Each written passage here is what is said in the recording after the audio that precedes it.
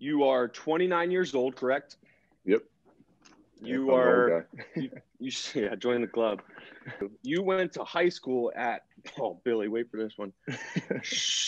Shenanang Valley High School. Shenanang. Shenango. Dang it, I was close. It was All close. right, so I couldn't imagine running into like the boys soccer team who we were totally against, trying to hit on all the soccer girls that we hung out with, this and that. It was crazy. So I couldn't imagine. Yeah.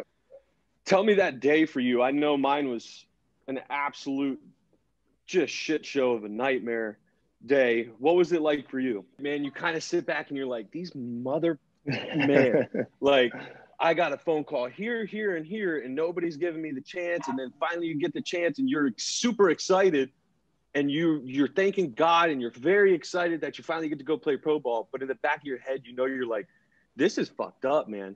I should have been drafted earlier. And there's no doubt. And there's nothing wrong with that because that's a competitor in it. If I try to do that shit now, I can't recover for 3 days. I'm out. But everywhere else is kind of bad. You know, you're just in dog shit parts of the city. Our attendance at like 180 people.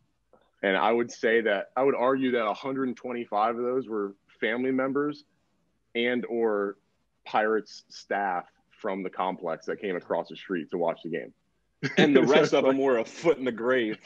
But you're going to have a blast. You know, no one else gives a shit. They just want to play hard and play good. When you go out to an indie ball game, you just see guys smiling and laughing and bullshit and having a good time. But when you see guys in like minor league baseball, everyone's running around with these tight little buttholes and stuff. They're always afraid to piss someone off because you're going to do this or that. And it's like, that's what's wrong with some of these young kids, and they don't make it because they're so used to having a good time. And all of a sudden, a coordinator comes in town, and their butthole goes, and they don't know, they're shitting diamonds. They don't know what to do, you know? So I love it. I think that's a great thing. Field, you got Wendy Peppercorn sitting in the lifeguard stand up there in the river. It was probably one of the worst bullpens I ever threw in my entire life. Like, atrocious. Like, I remember getting the ball back from the catcher and just launching it out of Rockland, like out of the stadium in Rockland from the bullpen. Just like, I was just pissed. And I was 97, 99. Shit. Hardest I ever threw in my life. Like, arm was feeling unbelievable. God. And everybody was like, oh, like, you know, what was it like meeting Yelich for the first time? I was like, to be honest, like, he came up to me. I introduced myself. He's like, yo, I'm Christian. I'm like, yeah, no shit. Like, I know you. Yeah. I'm hoping everyone signs, man. I want to see people make their money. Go ahead, pimpin'. Make your money. Be happy. I'm all for it. You got some alcohol. You have whatever food you want. You got cards. You got stuff going on in the plane. Like, you got to miss out a little bit on the fun part. People playing some cars, doing some stupid shit. But, hell, I hope you get to experience that once this virus thing gets the hell out of here.